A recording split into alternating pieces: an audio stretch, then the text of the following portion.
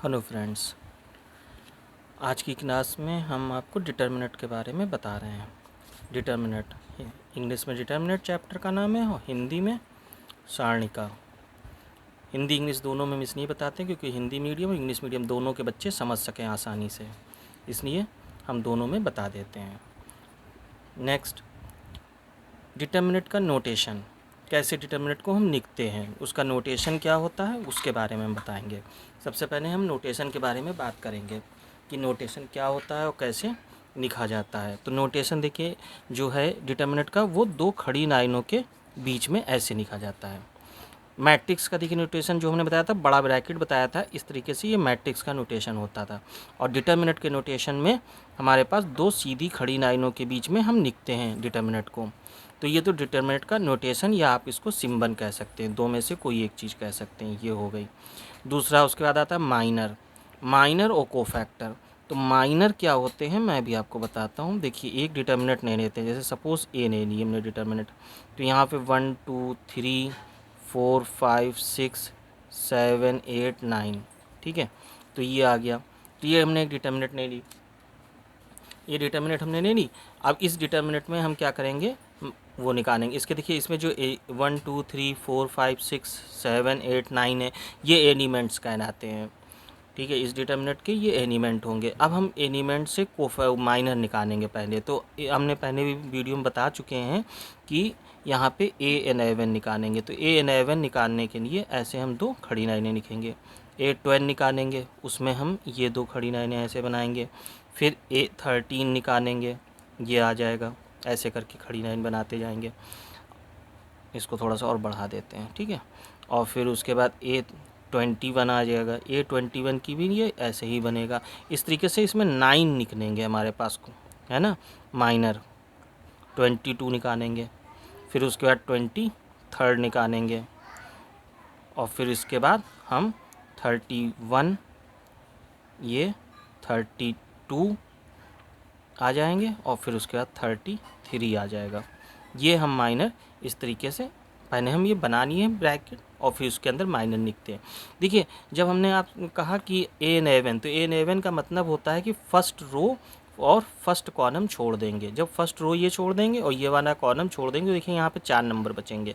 हम इसको यहाँ पे लिख लेंगे 5 6 8 9।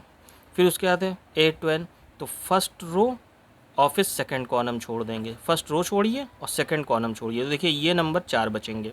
तो 4 6 7 9 आ गए। इसके बाद फिर A13 निकालेंगे, तो फर्स्ट रो थर्ड कॉलम, तो ये 4 नंबर बचे, तो ये आए 45 78 आ गया। फिर उसके बाद 21, सेकेंड रो फर्स्ट कॉलम छोड़ देंगे, तो यहाँ पे 23 ये आ जाएंगे 2 नंबर, और ये 8 9 यहाँ पे आ जाएगा। फिर 22, मतलब सेकेंड रो सेकेंड कॉलम, तो ये 1379 1379 ये आ जाएगा। फिर 23 का मतलब ये होता है कि सेकेंड रो थर्ड कॉलम, तो सेकेंड रो छोड़ देंगे, थर्ड कॉलम छोड़ देंगे, तो 1 2, और यहाँ पे 7 8 ये आ जाएगा। 31 का मतलब क्या, थर्ड रो फर्स्ट कॉलम छोड़ देंगे, तो ये आ जाएगा 2 3 5 6।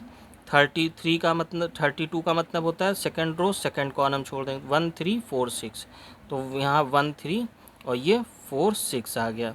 इसी तरीके से हम क्या करेंगे कि 33 मतलब सेकेंड रो थर्ड रो और थर्ड कॉलम छोड़ देंगे, थर्ड रो छोड़ेंगे थर्ड कॉलम छोड़ेंगे, तो हमारे पास आ जाएंगे 12 45।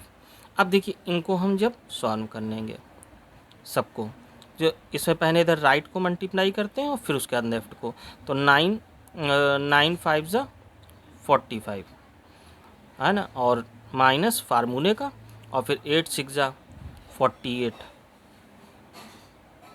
ये आ जाएगा। फिर इसके बाद इसी तरीके से यहाँ भी मल्टीप्लाई करा देंगे, 4 9 ज़ा 36 और 42 ये आ जाएगा। इसी तरीके से यहाँ भी करेंगे, पहले इधर को कराएंगे, तो 8 4 ज़ा 32 माइनस फार्मूले का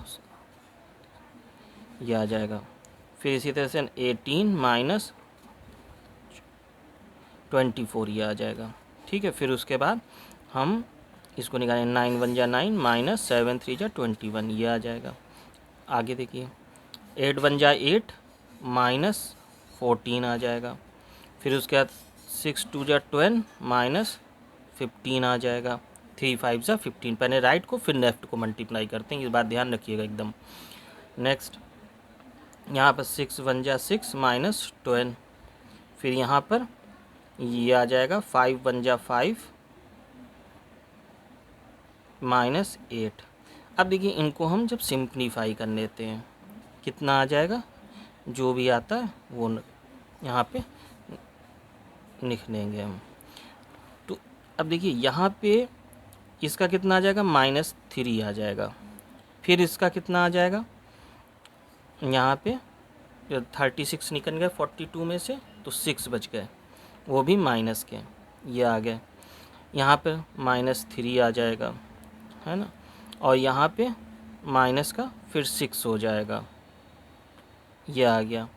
और ये इसके आगे यहाँ पे क्या हो जाएगा, यहाँ पे 9 चले जाएंगे तो आपके पास बचेंगे 12 बच जाएंगे, या 11 इधर बचेंगे और एक उधर से, तो -12 बचेगा, ठीक है।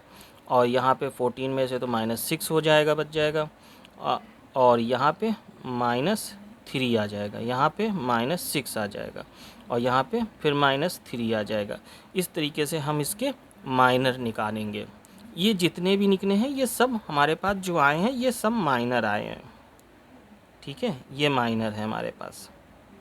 अच्छा, अब इसको जो है हम उसमें कोफैक्टर में कैसे बदलेंगे, तो देखिए जो इसकी वैल्यू है, से A11 की वैल्यू हमारे पास -3 आई है तो ये माइनर है।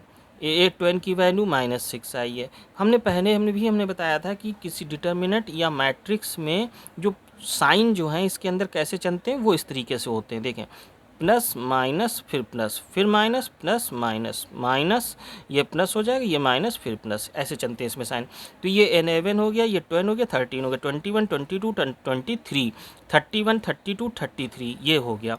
तो अब देखिए, अभी जब तक ये इसके आगे यहाँ पे हमने कोई साइन नहीं लगाया है, हमने डायरेक्ट बिना यहाँ पे इन साइन को इंक्लूड किए बिना, जब तक हम इन साइन को इंक्लूड किए बिना हम इसके फैक्टर निकाल रहे थे तो ये सब माइनर थे। लेकिन हम जैसे ही यहाँ पर के प्लस साइन, इन साइन को इंक्लूड करा देंगे, A11 के साथ जैसे प्लस है तो यहाँ प्लस हो जाएगा, फिर A12 के साथ यहाँ पे हम देखिए माइनस है तो यहाँ माइनस हो जाएगा।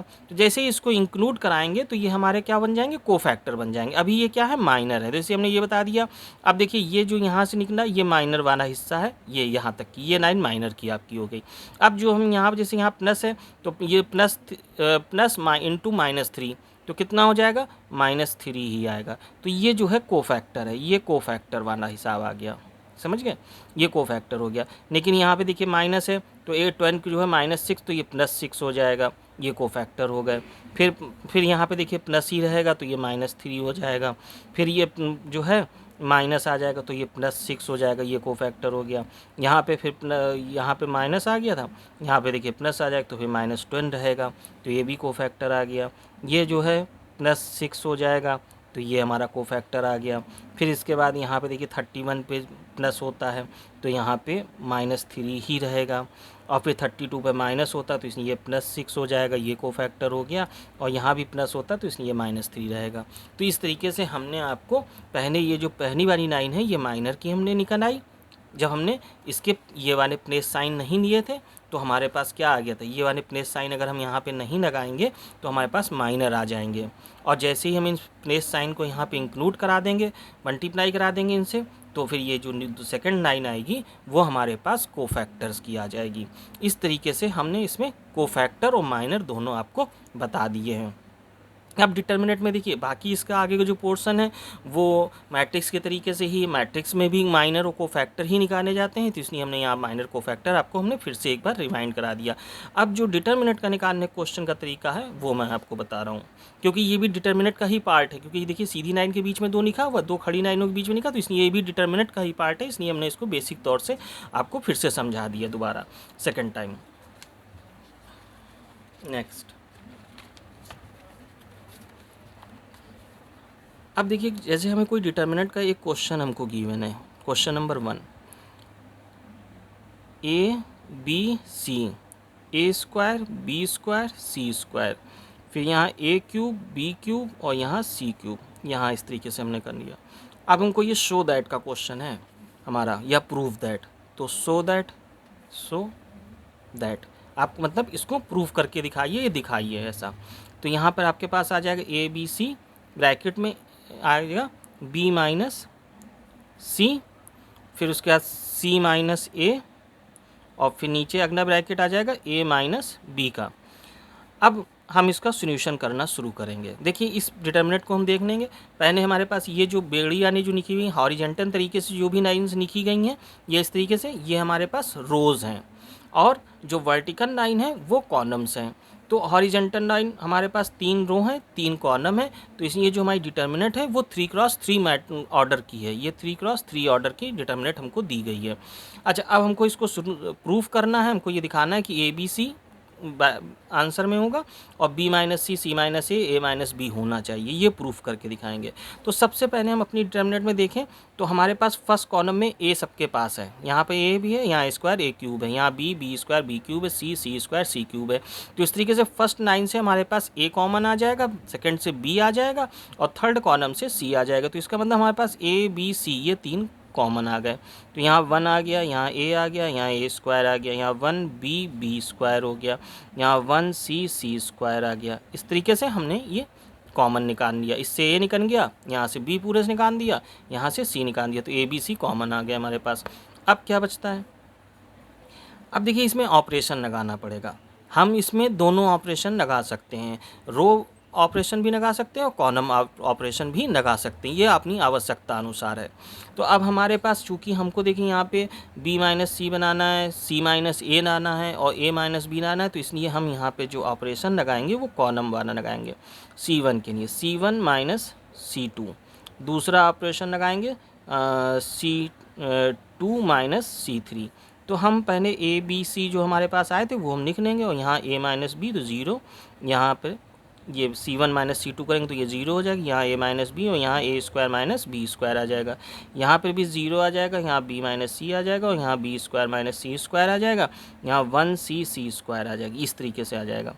अब देखिए नेक्स्ट, यहाँ से तो ए बी सी हमारे पास कॉमन है ही है, और यहाँ से देखिए ए माइनस बी यहाँ भी है और यहाँ ए स्क्वायर माइनस बी स्क्वायर है, तो यहाँ पे हम फार्मूला लगा देंगे ए प्लस बी ए माइनस बी वाला, तो ए माइनस बी हमको इस ब्रैकेट से कॉमन मिल जाएगा, ये हमने निकाल लिया। यहाँ बी माइनस सी कॉमन मिल जाएगा, तो इसलिए हमने बी माइनस सी भी कॉमन निकाल लिया। अब जो यहाँ पे बचा है उसको हम अंदर लिखेंगे, तो यहाँ 0 बचा, यहाँ 1 बचा, यहाँ ए प्लस बी बचा, यहाँ भी 0 1 और यहाँ बी प्लस सी बचा, यहाँ 1 सी स्क्वायर बचा। तो हम इस तरीके से इसको लिख लेंगे। नेक्स्ट हमारे पास ये हो सकता है कि हम इसको इसमें से एक बार और माइनस करा दें कॉलम 1 के लिए, c1 माइनस c2, तो हमारे पास ये कैंसिल हो, इसमें से यहाँ 0 एक आ जाएगा और ये सिंप्लीफाई और हो जाएगा। तो देखें हम इसको फिर से एक बार ऑपरेशन यहाँ पर लिख देते हैं, c1 के लिए c1 माइनस c2। तो देखिए यहाँ पे a b c ये हमारे पास आ गए, ब्रैकेट में a minus b minus C, और फिर उसके बाद यहाँ पे 0, यहाँ पे 1 माइनस 1 तो यहाँ 0, और जब हम इसको इसको माइनस करेंगे तो a plus B minus B minus C, तो माइनस माइनस ये कट जाएगा, तो यहाँ a माइनस सी रह जाएगा, तो यहाँ a माइनस सी लिख देंगे, और यहाँ पे 0 1 b प्लस सी और यहाँ पर भी 1 सी स्क्वायर ये आ जाएगा। अब देखिए इसके बाद क्या करना है, यहाँ पे a माइनस सी हमें कॉमन मिल जाएगा, तो हम निकाल लेंगे यहाँ पर से भी, तो ये आ जाएगा A B C, A minus B minus C, और फिर यहाँ पे a माइनस सी कॉमन निकाल लेंगे। अब देखिए यहाँ पे क्या बचा, 0 0 1 बचा, यहाँ 0 1 b प्लस सी बचा, यहाँ 1 सी और यहाँ सी स्क्वायर बच गया, ये आ गया। अब हम इसको स्पेंड करा देंगे, किधर से स्पेंड करा देंगे, इस थर्ड कॉलम के उसमें रिस्पेक्ट में, ऐसे फर्स्ट रो के थर्ड कॉलम के उसमें स्पेंड कराएंगे। तो हमारे पास A B C, A minus B minus C और यहाँ पे a माइनस सी हमारे पास आ जाएगा। और जब हम इसको स्पेंड कराएंगे तो देखिए ये प्लस का होता है, ये माइनस हो गया, फिर ये प्लस हो गया, तो +1 जब हम यहाँ पे लेंगे, +1 लेंगे तो फिर हमारे पास ये चीज़ छूट जाएगी, ये रो छूट गई, ये कॉलम छूट गया। अब राइट हैंड इधर मल्टीप्लाई करेंगे तो ये ज़ीरो आ जाएगा, क्योंकि ये ज़ीरो है तो ये पूरा ब्रैकेट ही ज़ीरो हो जाएगा इससे। फिर माइनस फार्मूले का आता है, ध्यान रखिएगा यहाँ माइनस फार्मूले का आता है। फिर लेफ्ट को करेंगे तो इधर सीधा करेंगे तो 1 आ जाएगा। ये इस तरीके से ख़त्म हो गया। अब यहाँ पे बस इसको कहनी सिंप्लीफिकेशन बचा है, ए बी सी ये आ गया, ए माइनस बी माइनस सी, और फिर यहाँ पे ए माइनस सी, और ब्रैकेट के अंदर क्या बचा -1। तो -1 से हम जब इसको मल्टीप्लाई करा देंगे, किसी एक ब्रैकेट को आप करा दीजिए तो आपके पास ये बदल जाएगा। वैसे तो जो हमारा प्रूफ करने वाला है वो हमारे पास b माइनस सी माइनस ए है। तो देखिए ए इसको हम एक मल्टीप्लाई से माइनस से करा देंगे तो ये c माइनस ए हो जाएगा, और यहाँ से जब हम माइनस कॉमन लेंगे तो उसको इससे मल्टीप्लाई करा देंगे तो हमारे पास निकल के आ जाएगा। इस तरीके से हमारे पास ये आ जाएगा ए बी सी, और फिर उसके बाद यहाँ पे b माइनस सी ये आ जाएगा, और यहाँ से हम जो है ये b माइनस सी, देखिए इस माइनस को हमने यहाँ मल्टीप्लाई करा दिया तो ये आ गया। और फिर हम जब उसके बाद यहाँ पर से c माइनस ए, यहाँ से एक माइनस कॉमन ले लेंगे तो c माइनस ए, और फिर ये आ जाएगा, इसमें भी मल्टीप्लाई उससे करा माइनस कॉमन ले लेंगे तो ये इसको हमने इससे मल्टीप्लाई कराया तो b माइनस सी आ गया। यहाँ से हमने माइनस कॉमन ले लिया तो ये c माइनस ए हो गया, और जब हमने यहाँ से भी माइनस कॉमन ले लेंगे तो ये b माइनस ए हो जाएगा। इस तरीके से ये प्रूफ हो जाएगा हमारे पास। ये आ गया आंसर।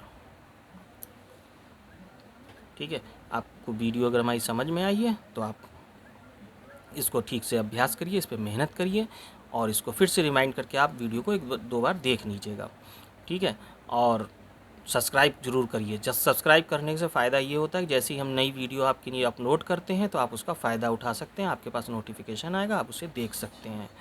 ठीक है, अभ्यास करिए, मेहनत करिए। देखिए करत करत अभ्यास जड़ मत हो सुजान, ये एकदम सही है। आप जितना अभ्यास करेंगे, जितनी आप मेहनत करेंगे, आपको उतने ज़्यादा मैथ्स में आ जाएगी, पकड़ आ जाएगी, आप समझने लग जाएंगे अपने चैप्टर को। Okay, good night.